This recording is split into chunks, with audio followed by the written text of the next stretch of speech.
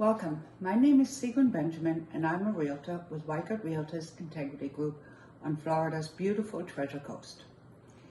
Today is the 7th video of my weekly educational series, and as I told you in the beginning, there might be a cooking video down the line, and that is happening today. I am doing an open house this weekend, and whenever I host an open house, there will be homemade goodies.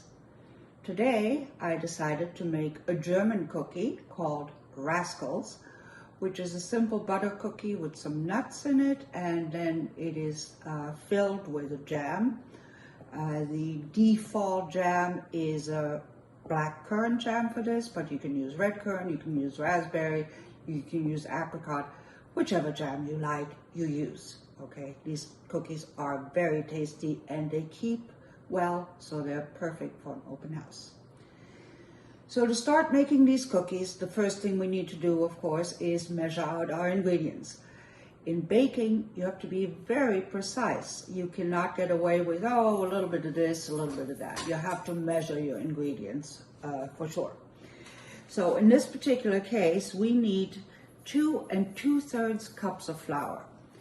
I use a kitchen scale, which is even more exact. If you do have a scale and you want to use it, 375 grams of flour is what this recipe calls for. So we put that flour into the mixing bowl.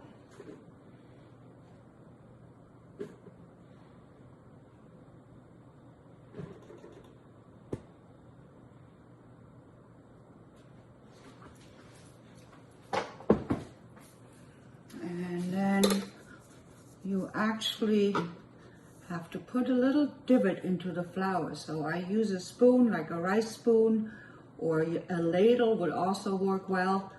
And then you can make a little divot in here, just like I'll show you what the inside of the bowl looks like with the divot.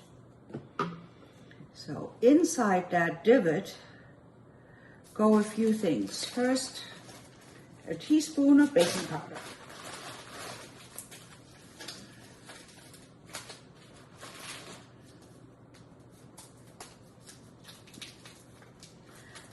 I use German baking powder, but really the US equivalents are just as good.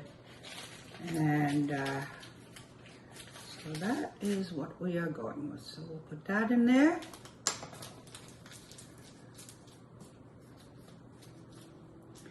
Next thing, we need to add sugar, vanilla sugar, and cold butter. So we'll start with the regular sugar. I use natural sugar, so it looks brown, but it does not harm the cookies in any way, but any sugar, of course, is fine to use. And for the sugar, the measurement is either 200 grams, which comes out to exactly 1 cup. So that is pretty easy to measure. With my 1 cup measurer here.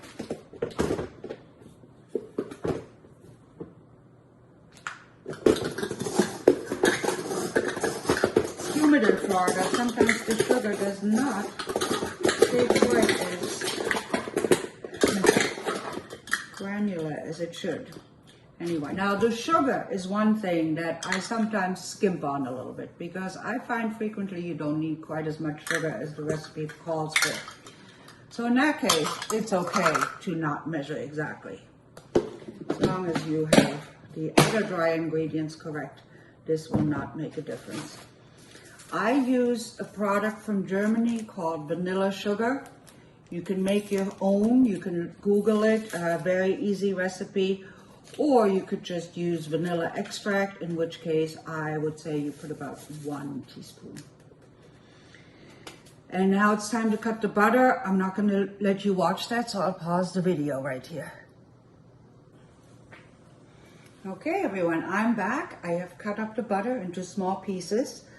And as I add this to the bowl, I also want to tell you that, of course, I will be posting the recipe for this in the comments for you, so you don't have to have your notepad ready if you weren't prepared. And also that I We'll put the recipe in cups and teaspoons as well as grams, depending which method you like to use. For the oven temperature, some of you may want to start preheating your oven now to 375. I'm going to wait because my oven is new and it heats up very fast, so I don't want it to heat up unnecessarily, especially here in Florida. So I've now added the butter to the mix. And now we put the thing on the mixer. You can use a hand mixer for this. That's what I did last time. I just figured for the demonstration of this, it would be a little easier and nicer to use the KitchenAid mixer. So whichever one you prefer using, you can do. And we'll get it started. I'm going to start it and pause it while it mixes, because then I'll just have to show you the consistency. You don't need to watch me mixing the dough. See you in a minute. Now, while the dough is mixing, I'm going to turn it back on for you now. I also am adding 125 grams of ground nuts.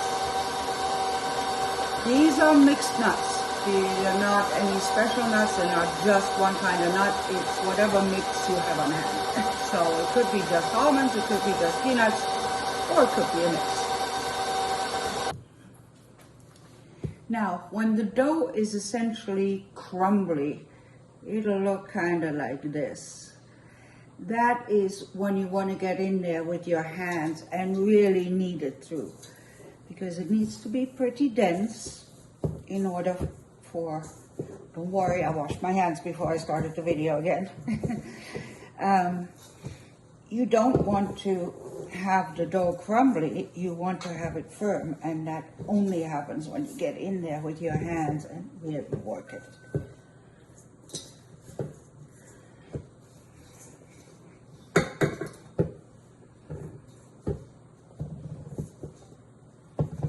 Okay, so now you have a pretty solid mass of dough, and it's time to roll it out and make the cookies. Now for that, of course, I need to clean my work surface first, so I'll pause the video again so I can do that without you having to watch me. All right, everyone, I am back, and now it is time to roll out the dough. So find a really clean surface in your kitchen, get this dough, give it one more little run in case any of your nuts did not get ground in the grinder. If you have a dog, give it to the dog, otherwise toss it. Because whole nuts don't work in this.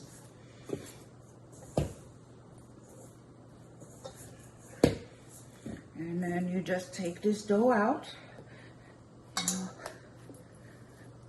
it all together, a couple of pieces stay behind.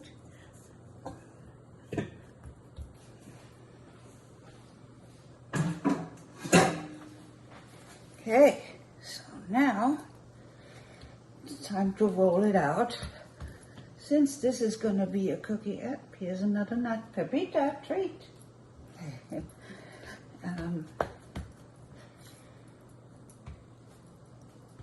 Get it to about this kind of a shape there. I don't know how well you can see it. I hope you can see it all right. I think you can. I can see it. So you start rolling it out. Don't worry, some of it might stick to the rolling pin a little bit. Just smush it back in there. It'll be just fine. And work it. If you find it is a little too difficult to work with, just put it in the fridge for about 10 to 15 minutes and it'll be a little more cooperative. In fact, I probably should have done this, but I think I can get it done without it. Just need to work at it a little more. No, actually, in fact, I am going to do just that. If you find, see, good learning experience right here. If you find that your dough is just too sticky, it will stick to the rolling pin instead of itself. You just put it back into a nice round little thing here, and then rinse your hands before you grab the foil.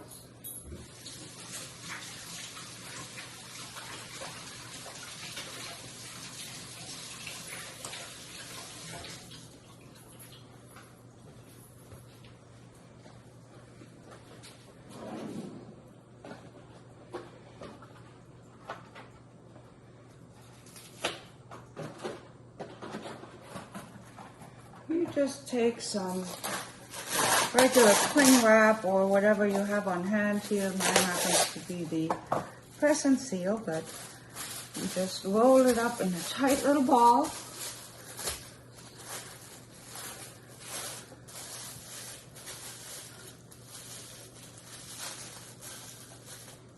And you put that in the fridge for about 10 minutes, and that's another good reason not to start the oven up right away.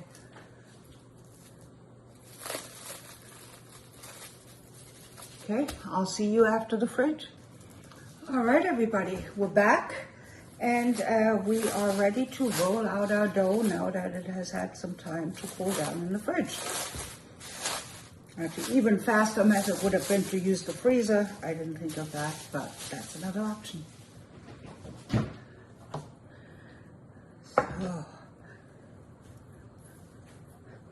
I try to press it down a little bit with my hands first, just so. Got a little start to it. And now, oh yeah, this is going so much easier.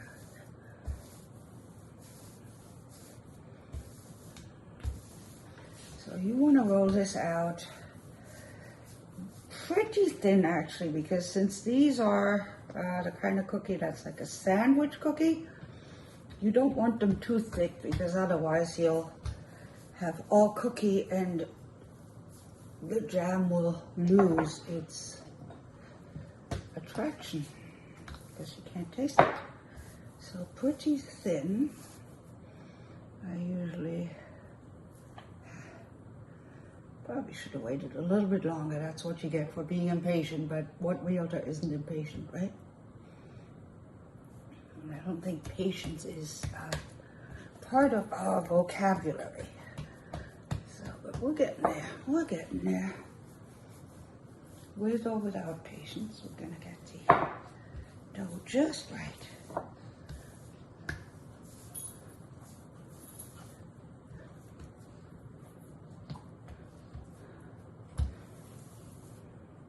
Now, this would be a good time to start preheating your oven. I'm going to do mine.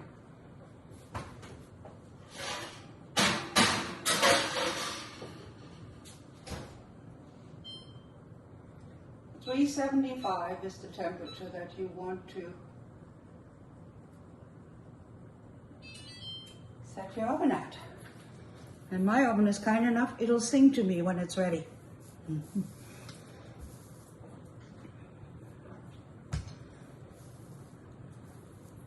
And when you get the dough to the right thickness, okay, now we have our dough rolled out, what we need to do, and our oven preheated. We'll take our first baking sheet. I use the Silpat silicone liners, so you don't really need to do anything to those to prepare them. So ordinarily I would probably use a cookie cutter, but I don't have one handy right now, and this little shot glass works just fine.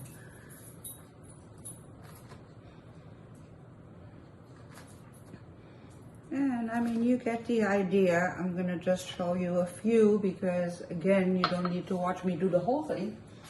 You just need to know how to do it.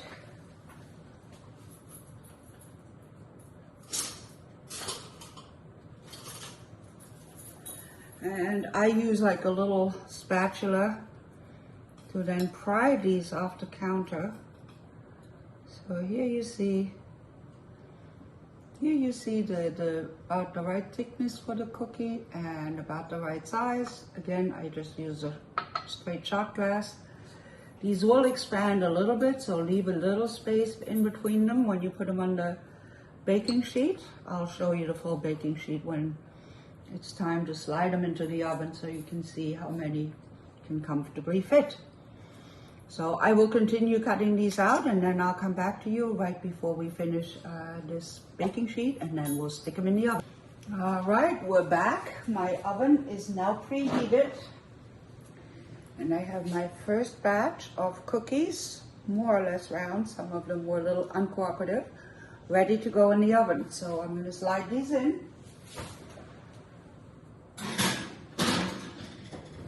Again, the temperature is 375, and they probably need to stay in there for about 15 minutes, but I always check them at about the 10-minute mark just to be sure. So I'll see you in about 10 to 15 minutes. Welcome back. It's almost time to take the first batch of cookies out of the oven. As I predicted, it's going to take about 15 minutes for them. My timer has about 2 minutes left, somewhere in between there, so I'll check on them in a moment. In the meantime, I rolled and cut out the rest of the cookies for a total of 72 individual cookies. So that means 36, 3 dozen cookies for your open house. And now let's take our cookies out of the oven.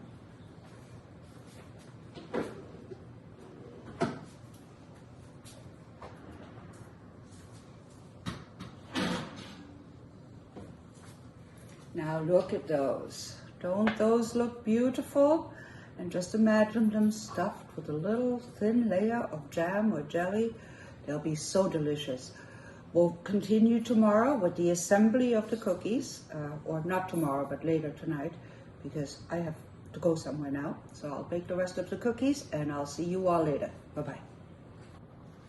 All right, everyone, welcome back. We have 3 dozen, or rather, we have 3 dozen double cookies baked fresh out of the oven. Now it comes time to assemble them. I have 2 flavors today. I'm going to do one with a red currant and the other one is going to be raspberry. The kind of implement that I like to use to spread the jam on is simply a butter knife. And it's very simple. You just pick up a cookie. First you open up the jam. And then you take like a good little splotch, kind of like so. You want there to be enough jam so people notice there is jam in there, but you don't want the jam to overpower the taste of the cookies or make it really messy. Because if you don't overstuff them, they're really not all that messy. So what you can do, like I usually lay out a whole row of them, all spread with the jam, but I can also just, I pick up this one, like this, just push it a little bit, just to give it some, so it sticks together, and now you have the assembled cookie.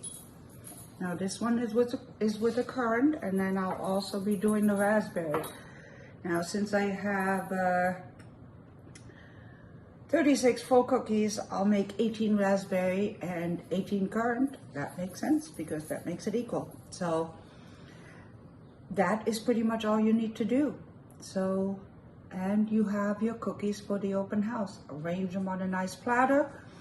I actually put a little piece of paper out there telling the open house visitors what the cookies are, what the ingredients are. And again, I will be posting the recipe in the comments as soon as I have it written up for you. And I hope you enjoy the cookies. I will give you one more little picture at the end when I've assembled them all, so you can see all 36 cookies ready to go. Thank you.